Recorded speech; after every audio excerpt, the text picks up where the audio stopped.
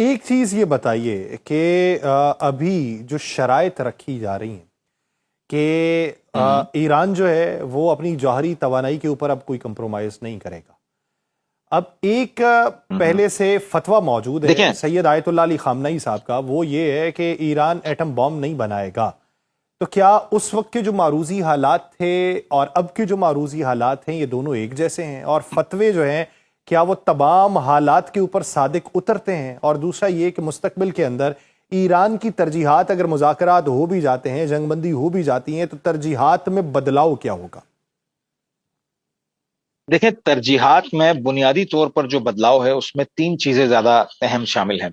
پہلی چیز جو ہے وہ اس خطے سے امریکی فوجیوں کا انخلا، جو اہم ترین چیز ہے ایران کے لیے، تاکہ اس خطے کے اندر سے اس شر کو ہٹایا جا سکے جس کی وجہ سے ہمیشہ اس خطے کے اندر فساد برپا رہا ہے. دوسرا جو سب سے بڑا ان کا جو نقطہ ہے وہ مثلا یعنی آبنائے ہرمز کے اوپر اپنا تسلط قائم رکھنا. جیسے میں نے پچھلے پروگرام میں بھی عرض کیا تھا کہ جب تک دیکھیں اول غرامت ہے، یہ جو ہرجانہ ہے، جو جنگ کی وجہ سے ایران کو نقصانات ہوئے اس کا جو ہرجانہ ہے یا غرامت ہے، وہ جب تک پے نہیں کی جاتی، ابھی تک ایران کا موقف یہ ہے کہ ہم آبنائے ہرمز کے اوپر سیکیورٹی ٹیکس لیں گے تمام جانے والی کشتیوں سے نہیں.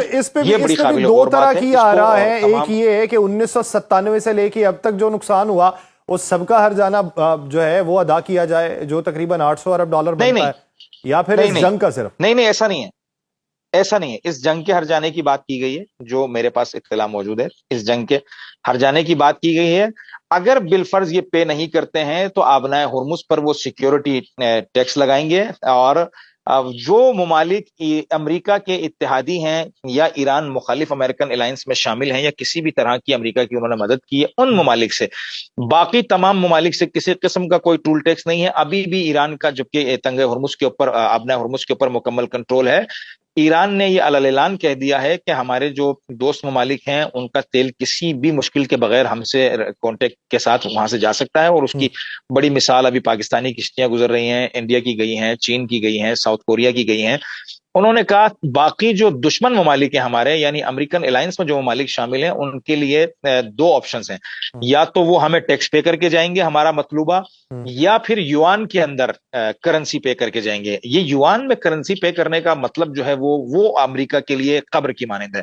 چونکہ اگر پیٹرو ڈالر کا سسٹم ڈیمیج ہو گیا تو امریکہ کی جو سینکشنز کی بدماشی ہے یہ بھی ختم ہو جائے گی اور امریکہ کی اکانومی بھی کولیپس کر جائے گی. تو یہ بڑا خطرناک کارڈ جو کھیلا ایران نے کہ آپ کے پاس دو آپشن ہے، یا تو ہمیں پیمنٹ کر کے جاؤ تاکہ ہم اپنی ہماری جو تباہی ہوئی ہے ہم اس کو پورا کر سکیں، سیکیورٹی ٹیکس کے نام پر وہ لیں گے، اور پھر دوسرا جو ہے وہ یوان کے اندر. تو یہ بڑا خطرناک مرحلہ ہے. باقی تیسری جو شرط ہے وہ یہ ہے کہ مثلا ایران جو مخالف چینلز ہیں، جو اس وقت 10 سے 12 پرشین لینگویج چینل مسلسل صبح سے شام تک ایرانی جو عام عوام ہیں ان کو اپنی حکومت کے خلاف بھڑکاتے رہتے ہیں. یہ چینل اسرائیل سے چل رہے ہیں، یہ چینلز امریکہ سے چل رہے ہیں، اور یہ چینلز UK سے چل رہے ہیں. ان تین ممالک سے یہ چینلز فعال ہیں. شرائط کے اندر ایک یہ شرط بھی شامل ہے کہ ان چینلز کو فوری طور پر بند کیا جائے، اور ان کو چلانے والے جو ایرانی ہیں جو یہاں انقلاب کے بعد بھاگ کے وہاں چلے گئے تھے، وہ یا ان کی اولادیں جو چلا رہی ہیں، ان کو ہمارے حوالے کیا جائے. تو یہ کچھ شرائط ہیں جس کو ایران نے پیش کیا ہے، اور مذاکرات سے پہلے ایران کی کوشش یہ ہوگی کہ مذاکرات میں ان شرائط کو شامل کروائے. اچھا، ایک طرف اگر مذاکرات ایک بار شروع ہو گئے اور یہ شرائط رکھی گئی ہیں ایران کی طرف سے، تو دوسری طرف شرائط کچھ رکھی گئی ہیں ڈونلڈ ٹرمپ کی طرف سے. اب 15 شرائط ان کی طرف سے، 6 شرائط ان کی طرف سے. اب قابل عقل لوگوں کے لیے اس میں بیچ کا راستہ کون سا نکلے گا؟ بس دیکھیں نا، پہلے بھی ایران یہی کہہ رہا تھا کہ بھائی ون ون کی سچویشن ہونی چاہیے. ایسا تو نہیں ہوگا کہ ایران کی بھی 6 کی 6 شرائط پوری ہو. پہلے بھی ایران کا سلوگن یہی تھا، ان کا نیریٹو یہی تھا، بات اگر ہوں تو ون ون کی بنیاد پر ہونے چاہیے. تو وہ جو امپوز والا سلسلہ امریکہ کی طرف سے تھا وہ اب ختم ہو گیا. اب یہ ایران کر رہا ہے تاکہ امریکہ اور ایران کی جو شرائط ہیں وہ ٹیبل پر رکھی جائیں، اور پھر ون ون سچویشن کی بنیاد پر آخری جو حل ہے وہ یہی ہوگا الٹیمیٹلی، کہ ون ون کی بنیاد پر کچھ شرطیں ایران کی مانی جائیں گی، کچھ شرطیں امریکہ کی مانی جائیں گی، اور پھر اس کو سالو کیا جائے گا. اس کے علاوہ کوئی تیسرا راستہ نہیں ہے. ایران جب تک اپنے آپ کو سیکیور محسوس نہیں کرے گا، ایران کو جب تک یہ انشور، کیونکہ ایران کے تمام جو سیاستدان حضرات ہیں یا جو ان کی ٹاپ ملٹری لیڈرشپ ہے، سب کا ایک ہی نعرہ ہے وہ یہ ہے کہ جب تک ہم کو یہ شور نہ ہو جائے کہ امریکہ آئندہ کبھی ایسی حرکت نہیں کرے گا، جب تک ہم امریکہ کو اس سٹیج پر نہ لے کے آ جائیں کہ امریکہ ایران کے ساتھ جنگ کے تصور سے بھی گھبرانے لگ جائے، تب تک ہم پیچھے نہیں ہٹیں گے. اور یہ ان کا پوائنٹ بالکل ویلڈ ہے اور ایسا ہی ہونا چاہیے. اچھا ایک چیز بتائیے کہ کچھ اطلاعات ہیں کہ جے ڈیم بم جو ہے وہ کہیں صحیح حالت میں ایران کے ہاتھ لگ گیا. اب جس طریقے سے ریورس انجینئرنگ کر کے بہت سارے ڈرونز بنائے گئے، امریکی ڈرون کو ہی باقاعدہ طور پہ ہیک کر کے اتارا گیا تھا ماضی میں، اور پھر ڈرون ٹیکنالوجی ایسی ہے کہ خطے میں ہیبت اس وقت طاری ہے، اور امریکہ کو سمجھ نہیں آ رہا کہ یہ کس قسم کی ٹیکنالوجی، کہ ہم اپنے میزائل لا کے، ہم اپنے طیارے لا کے، ہم اپنی دنیا کی بہترین ٹیکنالوجی لا کے بھی یہاں پہ اپنے اہداف حاصل نہیں کر رہے، تو یہ اپنے ڈرون سے کر رہے ہیں. تو کیا ایسی اطلاعات ہیں کہ کوئی ایسا بم جو ہے وہ صحیح حالت میں ہاتھ میں لگا ہے، اور اس کی ریورس انجینئرنگ اگر ایران نے کر کے رشیا یا چائنا کو دے دی تو امریکہ کو تو بہت لینے کے دینے پڑیں گے؟ دیکھیے ابھی تک ایران کے ہاتھ جو میڈیا میں نے رپورٹس دیکھی ہیں، بہت سارے بم ایسے ہیں جو ڈیفیوز ہو گئے، جو پھٹے نہیں، ہوں تو وہ ایران کے ہاتھ لگے ہیں. ہوں اور ایران نے لازمی بات ہے اس کو اپنے ذخائر کے اندر رکھا ہے، اور جنگ کے بعد لازمی بات ہے ان پر کام بھی ہوگا. یہ تو ہے، لیکن اس سے بڑا مرحلہ جو ہے وہ ہے سنگرشکن بموں کا، جو زمین کے اندر 15 میٹر تک جا سکتے ہیں. ہوں اور یہ پاکستان میں کسی نے بھی اس خبر کو بریک نہیں کیا ہے، یہ بھی میں آپ کو بریک کر رہا ہوں کہ ایران کی جو سینٹرل ملٹری کمانڈ ہے، ان کا جو آئی ایس پی آر جو ہے، جو پبلک ریلیشن شپ کے حوالے سے جو بیانیہ صادر ہوں کرتا ہے، ان کی طرف سے آج دوپہر کو یہ بیان آیا کہ اب ہم سنگر شکن بموں کو مارکیٹ میں لائیں گے، اور اگلا مرحلہ جو ہوگا وہ سنگر شکن بموں کا ہوگا. ہم اسرائیلیوں کو یہ خبردار کرتے ہیں، یہ وارن کرتے ہیں کہ وہ پناہ گاہوں کی طرف نہ جائیں، کیونکہ اب ہم جو سنگر شکن بم میدان میں لائیں گے اور اس کو استعمال کریں گے تو وہ کم از کم 15 میٹر نیچے تک سوراخ کر کے تباہی مچا سکتا ہے. تو یہ جدید رپورٹ میں آپ کی خدمت میں پیش کر رہا ہوں. میں پروگرام میں آپ کے یہ بتانا بھول گیا تھا، یہ آج کی رپورٹ ہے ایرانین جو ملٹری کمانڈ ہے، جو ان کے پبلک ریلیشن سینٹر ہے، جو بیانیہ جاری کرتا ہے ان کی طرف سے، کہ سنگر شکن بموں کو کہ جو 15 میٹر نیچے تک جا کر تباہی مچا سکتے ہیں.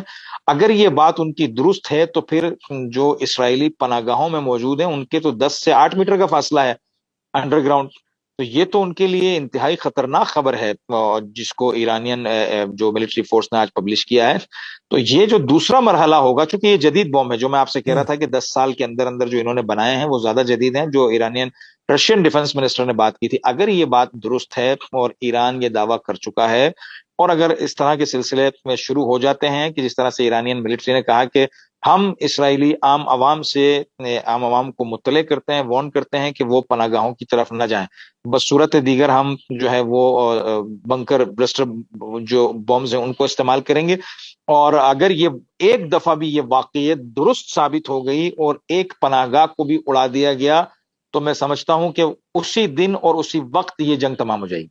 اچھا یہ بتائیے کہ سید آیت اللہ مجتبیٰ خامنائی، ان کے روپوش جی ہونے یا منظر عام پہ نہ آنے پہ بے شمار سوالات اٹھ رہے ہیں. کچھ اطلاعات یہ تھیں کہ نہیں، زیادہ زخمی ہیں، کچھ اطلاعات یہ ہیں کہ اب منظر عام پہ وہ نہیں آئے، کسی عوامی اجتماع سے خطاب نہیں کیا، ایک آڈیو بیان ان کا منظر عام پہ آیا تھا. کیا حکمت عملی ہے کہ منظر عام پہ نہ آ کے ایک الگ طریقے سے پیغام دیا جا رہا ہے کہ جو ماضی سے کچھ سیکھا گیا؟ نہیں، دیکھیں نا، اس وقت ایران کو اپنے رہبر کی محافظت کی شدید ضرورت ہے. ٹھیک. ملٹری ان کی جو بھی لیڈرشپ آپ نے دیکھا آن گراؤنڈ تھی، علی لاریجانی سے لے کر اور ان کے وزیر اطلاعات سے لے کر اور ان کے بسیج کے جو لیڈر ہیں اس سے لے کر، جو بھی لیڈرشپ ان کی گراؤنڈ پر موجود تھی، کام کر رہی تھی، ان کو سب کو انہوں نے ٹارگٹ کر کے ہٹ کیا. یہ انتہائی حیوان صفت لوگ ہیں نا، یہ تو لازمی بات ہے، ان کے اندر تو انسانیت نام کی چیز نہیں ہے.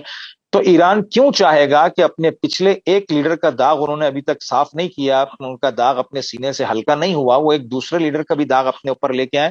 تو ان کو سیکیورٹی مراحل کے اندر کمانڈ سینٹر کے اندر رکھا گیا ہے، اور اس وقت پوری جنگ آیت اللہ سید مجتبیٰ خامنائی کے حکم سے ہی لیڈ ہو رہی ہے. یہ آپ کو میں مختصر عرض کر دوں. اچھا علی لاریجانی صاحب کی جگہ محمد باقر صاحب جو آئے ہیں، جو پاسداران انقلاب کے جی کمانڈر بھی رہ چکے ہیں اور ڈپٹی وزیر خارجہ بھی رہ چکے جی ہیں، ان کی شخصیت علی لاریجانی صاحب سے کس حد تک مماثلت رکھتی ہے، یہ کس حد تک مختلف ہے؟